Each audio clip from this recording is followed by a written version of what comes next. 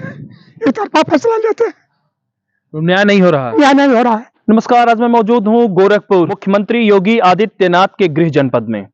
और आपको बता दें कि जहां पर मैं खड़ा हूं ये गोरखपुर का बरपार गांव है।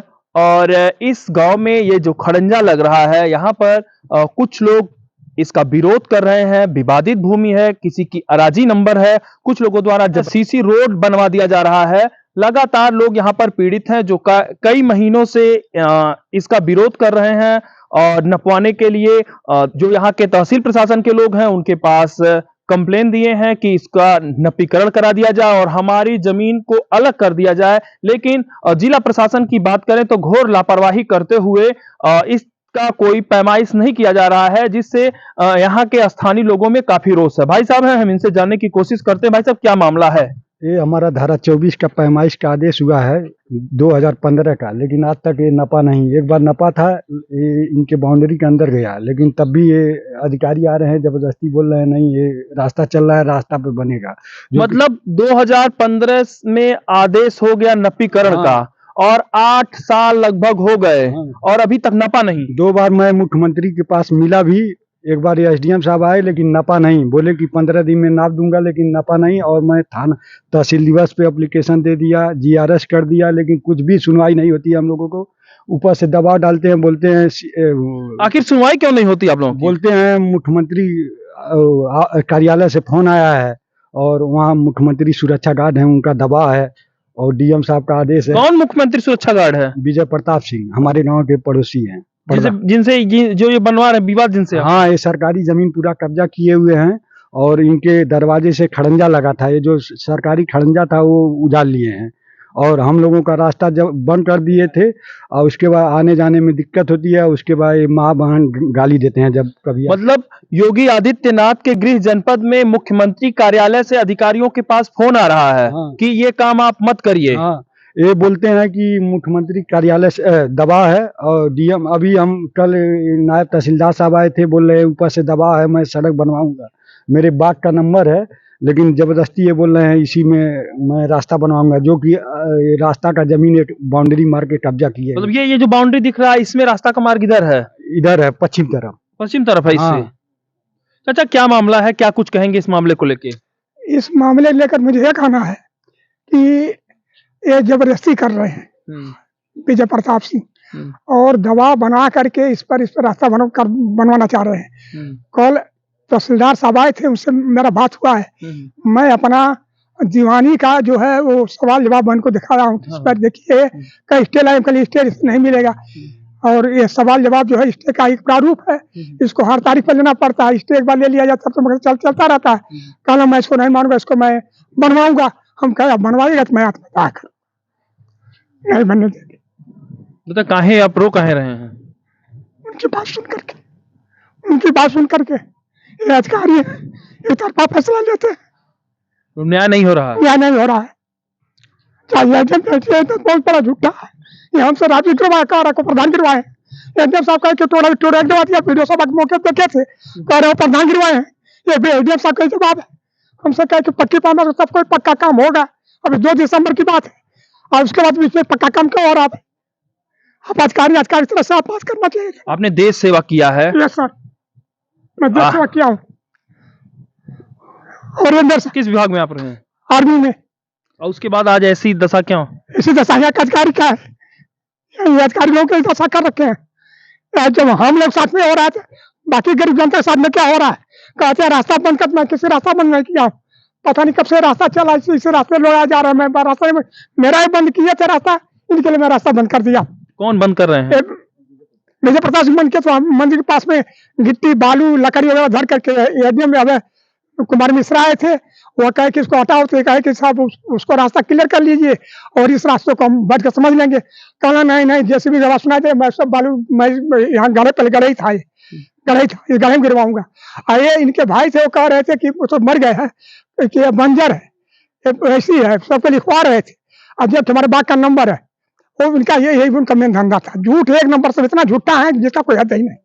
अपने झूठ बोलने से इतना बोले कि उसको कोई भी केयर कर लेगा, क्या सही बोल रहे हैं। आपको बता दें कि मुख्यमंत्री योगी आदित्यनाथ का यह गृह जनपद है और जिस तरीके से यहाँ पर विवाद है, ये अधिकारी कर्मचारी की कहीं ना कहीं मिली भगत है, जिससे वो अपना काम विधि पूर्वक नहीं कर रहे हैं, जो विधि कहती है उसके अनुसार नहीं कर रहे हैं। ये कि यही बाउंड्री वो वाल है जिसको हम दिखाना चाहेंगे कि ये बाउंड्री वाल है और यहाँ के जो लोग हैं उनका आरोप है कि यह है जो रास्ता यहाँ पर है ये इधर नहीं बल्कि जमीन बाउंड्री के अंदर है। एक भाई साहब हैं, हम इनसे भी जानने की कोशिश करते हैं कि भाई साहब ये क्या कुछ मामला है इसमें। इसमें मामला सर यही है कि 2015 से पैमाइश के लिए आदेश हुआ है, हमारे एसडीएम साहब आदेश किए हैं, लेकिन आज तक उस पैमाइश का कोई निराकरण नहीं हुआ। मतलब 8-8 साल 9-9 साल लग जा रहे हैं कि पैमाइश हो जाए इसके लिए। हाँ, लेकिन पैमाइश अभी तक क्लियर नहीं हुआ। एक बार कच्ची पैमाइश करके गए भी तो अभी तक रिपोर्ट नहीं लगाए, जो भी पैमाइश किए जो भी हुआ, लेकिन उसका रिपोर्ट कानगो से बात होती है तो कहते हैं कि अच्छा हम उसको लगा देंगे। तो वो लेट लतीफ़ केवल इसीलिए कि बस घाल मेल करके ये रास्ता जो है ज़मीन हमारी ज़मीन में बना दी जाए ये। अच्छा, और सबसे बड़ा दुख इस बात का है कि कल हमारे वहाँ आकर के और हम लोगों को धमसा करके नायब तहसीलदार महोदय गए, कहे कि कल हम फिर आएंगे और अपने दल बल के साथ आएंगे और देखते हैं कैसे रास्ता नहीं बनेगा और हम ज़बरदस्ती बनवाएंगे। भले ही तुम्हारी ज़मीन पड़ रही है लेकिन तुम्हारे ज़मीन में रास्ता बनेगा। हम कहे कि हमारा पक्ष तो सुनने के लिए वह तैयार ही नहीं हुए। हम कहे कि वह जो गेट बनवाए हुए हैं, यदि गेट लग जाएगा तो हम लोगों को आने जाने में असुविधा होगी।